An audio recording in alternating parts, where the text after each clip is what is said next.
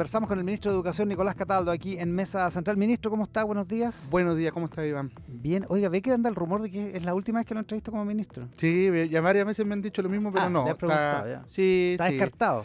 El presidente ¿O no? lo descartó, pues el presidente dijo, no hay cambio de gabinete, todos se mantienen, quiero mi equipo trabajando. Y efectivamente yo creo que es lo más sensato, cuando se pone demasiado la atención en el tema de una eventual candidatura, si es que alguien va a salir, se pierde el foco. Y la verdad es que estamos en un momento en que en general el gobierno tiene que tener su concentración máxima en las tareas propias del gobierno, más en carteras como educación. Sí, particularmente en educación.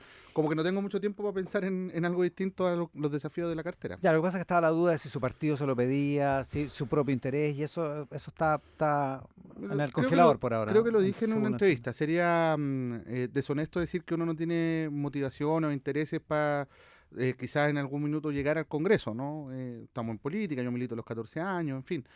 Pero otra cosa es que este sea el momento. Yo creo que este es el momento. Uno tiene la oportunidad de hacer algo tan significativo como ser ministro de Educación toda la vida, digamos, Claro. o más de una vez en la vida. Entonces, creo que esto hay que no solamente aprovecharlo como una oportunidad de desarrollo profesional, político y de contribución al país, sino que además hay que vivirlo bien como experiencia. Y hemos hecho cosas bien importantes, fíjate, o sea, en un balance, me tocó llegar al ministerio en un momento en que teníamos una agenda muy escueta en términos legislativos, nos tocó desarrollar una agenda donde nos hicimos cargo de las crisis del sistema. Recuerda que yo llegué con grandes paros, movilizaciones, en fin. Hoy día estamos tramitando más de 5 proyectos de ley, llegamos a un acuerdo por la deuda histórica, presentamos el proyecto de Finalcae. Ahora tiene que discutirse, habrá que hacer el trabajo que viene después, ¿no? Que es legislar, pero en agenda de reactivación, bueno, estamos viendo avances, hemos No ido empieza a hacer reformulando. balance, ve que dicen que está haciendo balance, que se está No. despidiendo, ¿eh? Oiga, No. hablemos de las cifras de desvinculación. Es un tema, lo hemos hablado muchas veces, es un tema muy, muy fundamental. Lo hablé con su antecesor también muchas veces, porque hay niños que están fuera del sistema escolar, que no son pocos, son muchos, que están fuera del sistema escolar, que fueron después de la pandemia, hubo muchos que no volvieron. ¿Cuáles son las cifras que entregó ayer el gobierno? Bueno, lo primero es que estamos con avances, eso es significativo, hubo 3.300 estudiantes menos en contexto de desvinculación Ya. que el año anterior. O sea, Eso ya 3.300 volvieron. 3.300 menos que el año anterior. Ya. Es decir, redujimos la cantidad de estudiantes desvinculados en el año. Gente alumnos que se Sí. fueron, digamos. Y del de los sistema. que se fueron el año pasado, ¿Ya? logramos revincular más de 17.000. Es decir, logramos que volvieran al sistema más de 17.000. Y este año redujimos la tasa y el N de estudiantes desvinculados respecto al año anterior, ¿no? Que habían sido más de 50.000. Claro. Este año son poco más de 47.000, ¿no?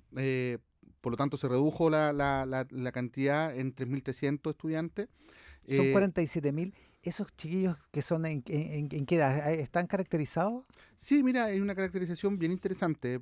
Y aquí es súper importante aproximarnos al fenómeno de la desvinculación distinto a cómo nos veníamos aproximando antes. Por ejemplo, quienes menos se desvinculan o quienes han disminuido más significativamente la desvinculación son los quintiles más pobres, más vulnerables. ¿Ya? Quienes más han crecido son los quintiles socioeconómicos menos vulnerables. Quienes Vaya. más disminuyen son los particulares subvencionados. O sea, los que más disminuyen son los servicios locales. Luego, los que más se están desvinculando son los particulares pagados. Los establecimientos particulares pagados. ¿Ya? ¿Y cómo se lo explica? Porque está cambiando el fenómeno. Post pandemia hubo una incorporación de todo el proceso de trabajo telemático en la escuela. Se buscaron nuevas formas. También ha habido y eso es algo que tenemos que reflexionarlo harto, sobre todo a partir de lo que fue el Congreso Nacional de Educación que hicimos el año pasado. Hay una fuerte crítica a la institución escolar, ¿no? Digamos, una pérdida de sentido para algunos, confianza para otros. Y eso También una pérdida de certezas con todo lo que pasa en algunos en materia de los por ejemplo, colegios. temas de violencia, Exacto, en los sí. establecimientos educacionales, etcétera. Exacto. Pero es bien llamativo que el fenómeno aumente más en el sector más acomodado, por decirlo de alguna forma. O sea, los que tienen posibilidad Y en de la pagar una otra educación, una educación alterna, Por ejemplo, distinta, están haciendo eso. No, claro, no es que clases esos particulares. Niños, exacto, no es que esos niños no estén educando. Y eso es importante. Esto último que dices tú es importante porque no todos los casos significa interrupción de trayectoria. O sea, eso no quiere decir que tengamos 47.000 estudiantes que no, o sea, niños, jóvenes, que no estén estudiando. Ya, pero ¿a usted le preocupa que esos niños no estén en Por un supuesto que colegio me preocupa, regular? por supuesto. O sea, yo creo que tenemos que repensar la escuela porque tenemos que recuperar confianza en la escuela. Mira, si alguien supone que el proceso educativo es solo aprender a sumar y a restar, o a leer y a escribir, está muy equivocado. O sea, en la escuela uno socializa, resuelve conflictos, en la escuela hace deporte, en la escuela ocurren muchas más cosas que solo lo lectivo, ¿no? Lo que está asociado a la asignatura. Por eso sí, por supuesto que nos preocupa, y parte de lo que queremos hacer, o lo que estamos haciendo más bien, es adecuar también al sistema educativo a esta nueva forma. Yo siempre lo digo de esta forma. Tenemos escuelas del siglo XIX con profesores del siglo XX para estudiantes del siglo XXI. En circunstancias además que hoy, con el desarrollo de la tecnología y el acceso a la información, los cambios son aún más vertiginosos que antes, ¿no? O sea, si antes nos demorábamos 50 años en un cambio, hoy día nos podemos demorar 1 o 2 años, ¿no? Y eso es algo de lo cual tenemos que tomar nota. Yo le preguntaba por la caracterización de estos jóvenes que están dejando la escuela, básicamente, pero y me contestó con la caracterización socioeconómica. En términos de edad, sí, por supuesto. En términos de edad, ¿de qué edades son? ¿A qué edad están dejando el colegio? No, en general la interrupción de los procesos escolares ocurren en la transición entre la enseñanza básica y la media. Ya. Siempre el sistema educativo ha perdido alrededor mucho, de los 14 años, digamos. Claro, en el borde entre los 12 y los 14 años, siempre el sistema educativo pierde o ha disminuido la cantidad de estudiantes en enseñanza media. Ya, eso es lo típico, digamos. Eso es lo habitual, es lo habitual. Hay otras caracterizaciones también relevantes. Por ejemplo, la cantidad de estudiantes extranjeros también es bien significativa, ¿no? Lo importante acá es que primero tenemos información nueva que nos permite aproximarnos a que el fenómeno no es igual que hace 10 años atrás. Hace 10 años atrás esto era interrupción de trayectoria educativa casi en un 100%. La tasa de estudiantes, por ejemplo, con exámenes libres era muy baja, ¿no? Hoy día estamos hablando del 28% del total de los desvinculados inscritos en exámenes libres, es decir, hay una proyección de trayectoria alternativa. Ya. Que en algunos casos esa alternativa o sea, literalmente... alrededor de un 30% de los que no están yendo a la escuela regular aparecen inscritos en exámenes libres. Exacto.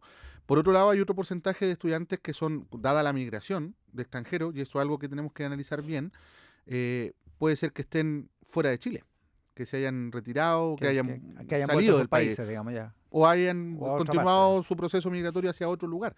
Esos son parte de los datos que tenemos que seguir limpiando y que hay que seguir cruzando base. Esto implica revisar con migraciones, con PDI, en fin, hay que hacer análisis que todavía no hemos hecho. Por eso yo le encargué al Centro de Estudio profundizar en la caracterización de este fenómeno, porque tanto el año pasado como hemos visto cosas distintas a lo que venía ocurriendo antes. Y eso significa que hay que entender bien el fenómeno para tomar buenas decisiones. Para tomar decisiones, exacto. Estamos con el ministro de Educación, Nicolás Cataldo. Ministro, usted mencionábamos el tema de la violencia en los colegios. ¿Qué pasa en el instituto, en el Internado Nacional Barros Arana hoy? Bueno, continúa el proceso de retorno de la comunidad educativa, un trabajo que ha estado haciendo y encabezando la Seremi de Educación junto a nuestra dirección provincial con los equipos de la municipalidad. Naturalmente es un proceso que es complejo, que tiene todas las preocupaciones de las comunidades educativas por, primero, los temas administrativos, el cierre del año, qué va a pasar con las últimas pruebas, claro. qué pasa con... Sí, pues ya estamos en noviembre. Estamos en noviembre ya y como cuando uno parte en noviembre ya está más o menos a mediados de noviembre, ¿no? Claro. Y por otro lado está todo el tema socioemocional y además de las condiciones en las que vamos a buscar esa normalización del proceso en el establecimiento educacional. Claro, es una comunidad que venía traumatizada y que con este incidente de hace 3 semanas aumentó ese trauma, digamos. Pero fíjate que es bien importante situar esto en contexto, ¿eh? Porque el año pasado, por ejemplo, habían habido solo 3 episodios, o sea, el año pasado habían 13 episodios, 13 hechos de violencia de alta connotación. O sea, estamos hablando de bombas molotov, quemar buses, en fin. Y yo no quiero sonar conformista o que se malinterpreten mis palabras, pero este año llevamos solo 3. Y solo 3, ojalá fueran 0, ¿no? Pero solo 3 para la realidad que se vivía habitualmente en los establecimientos educacionales. Por ejemplo, en el caso del INBA, hace muchos años, era bastante poco.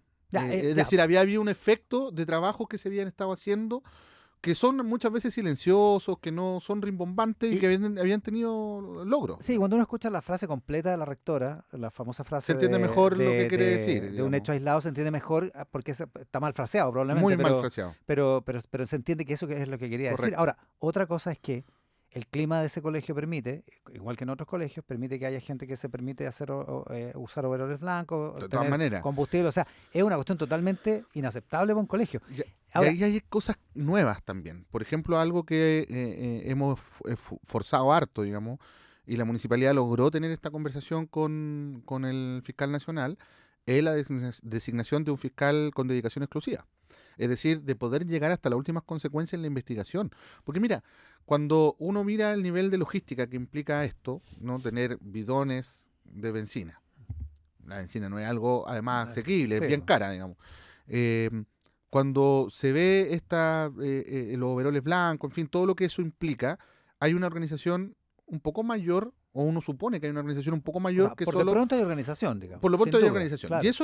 Y recursos. Y eso hay que buscarlo, porque finalmente lo que estamos haciendo o estamos en presencia de un delito, de uso de armas, ¿no? Ya, pero si en el delito están involucrados menores de edad con responsabilidad penal y que son alumnos del colegio, ¿van a ir contra esos alumnos? Corresponde.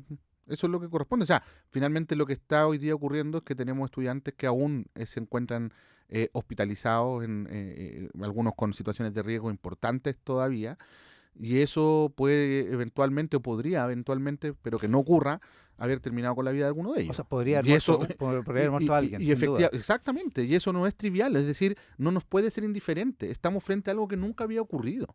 Y yo creo que ya es el momento también de ser muy taxativo como sistema, digamos, de qué es lo que podemos y lo que no podemos o debemos tolerar. ¿A usted le preocupa que haya apoderados que validan esto? Apoderados como, Absolutamente. como los que hicieron esa declaración Sí, de... pero mira, yo no es que no me importe, al revés, me importa mucho, me parece una declaración muy desafortunada. Además, como dos declaraciones distintas. La primera parte orientada, digamos, de manera adecuada, pero luego viene toda esta justificación a la violencia Mm. que creo que nunca se puede justificar de esa forma, menos aún con esta idea o esta sensación que me queda de que los estudiantes son carne de cañón de algo de algo que no se está Que diciendo. pueden sacrificarse ¿No? Exacto, porque hay una situación de de desigualdad. algo que no se digamos. está diciendo, pero tampoco se es explícito Tampoco en explícito, aquello, sí, ¿no? es verdad, sí. Pero por otro lado nadie se ha atribuido esa Ya, declaración. pero eso pasa en varios colegios. Está identificado hace muchos años.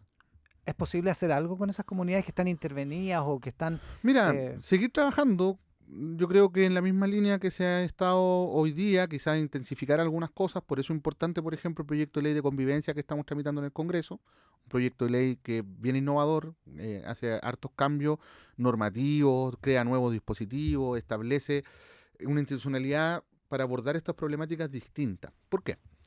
Porque una de las cosas o la tendencia que hemos tenido en los últimos años es decir, hay que tener más mano dura, sí, ¿no? Y eso es bien intuitivo. parece ¿cierto? razonable. Digamos, sí. Y lo que hemos visto a través de los datos es que si el 2019 teníamos 400 expulsados o cancelados de matrícula, el año pasado tuvimos 1800.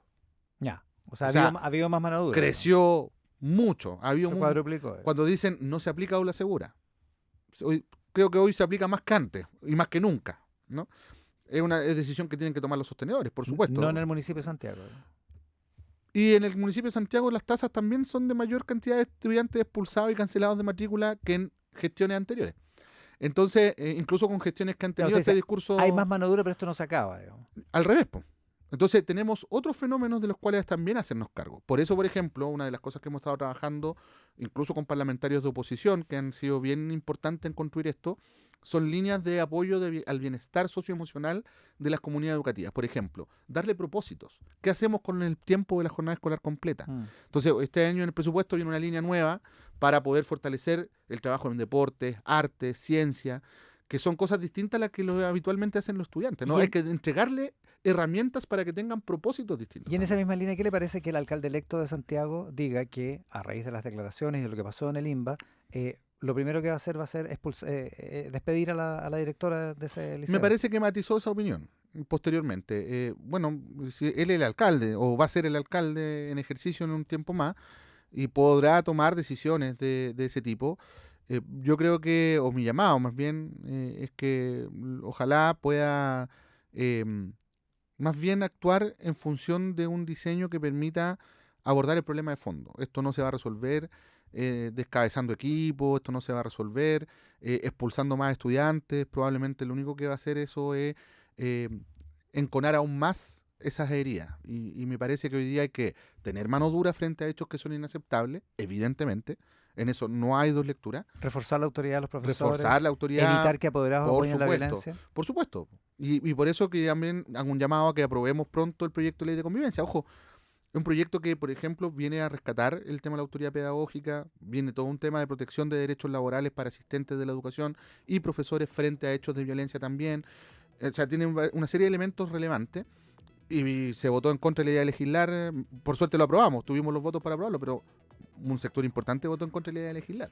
Lo que parece bien contraintuitivo, porque estamos en un momento de alza de la crisis de violencia en la escuela y votan en contra de la idea de legislar un proyecto de ley de convivencia. Entonces, Nos queda súper poco tiempo, ministro. Estamos con el ministro de Educación, Nicolás Cataldo. Deuda histórica consigue la aprobación de los afectados. muy digamos. mayoritaria. O sea, de hecho, es un evento histórico, digamos, en ese sentido, y permitiría cerrar el asunto. ¿Cuál es el cronograma de eso? ¿Tiene que ir al Congreso para una Tiene ley? que ir al Congreso. Nosotros este mes tenemos el compromiso de presentar el proyecto de ley. Ya estamos trabajando. Este mes de noviembre. Este mes de noviembre, sí, Ya. porque queremos que esto sea rápido. Ya hay un acuerdo, nos hemos puesto de acuerdo en los elementos centrales y esperamos que la tramitación en el Congreso sea expedita. ¿Y va a cerrar el asunto? Porque hay Esa es un nuestra expectativa. 15% de los que consultados que no estuvieron de acuerdo. Ujú. Y uno podría esperar que ese 15% va a seguir pataleando, digamos, y va a judicializar el asunto y todo. Correcto. ¿El proyecto va a cerrar el asunto? ¿Va a dejarlo fuera de esa posibilidad? Esa es la expectativa. El proyecto va a contener una norma que establece el desistimiento, en definitiva, de tener acciones en contra del Estado de Chile. Obviamente esa es de alguna manera la transacción, ¿no? O sea, hay una reparación, hay una bonificación en dinero y el docente se compromete a desistirse a futuras acciones. O sea, un finiquito, digamos, como cualquier finiquito. Es en como un eso, sentido, sí, efectivamente, es como un finiquito, exacto, esta transacción para desistirse de acciones futuras a cambio de esta reparación y reconocimiento que se hace y que yo creo que llega tarde, pero llegó. Y eso Sí, bueno. es lo histórico y lo significativo de No, esto. sin duda. Lo que le pregunto es si hay manera de prever o de impedir, más bien, que esto siga judicializándose por otra parte, que otro grupo termine consiguiendo más plata muchos Mira, años después, digamos. Como es un proceso voluntario, algunos podrán o no tomar esa decisión. Mi impresión es que por las cifras que vimos de la consulta va a ser muy mayoritaria la incorporación a esta propuesta. Pero aquellos que no tengan esa voluntad y quieran continuar con acciones legales, bueno, podrán hacerlo. Lo que ocurre es que va a ser incompatible con el acceso a la bonificación. Ministro, muchas gracias por la gentileza. Gracias a ti, que estés muy bien.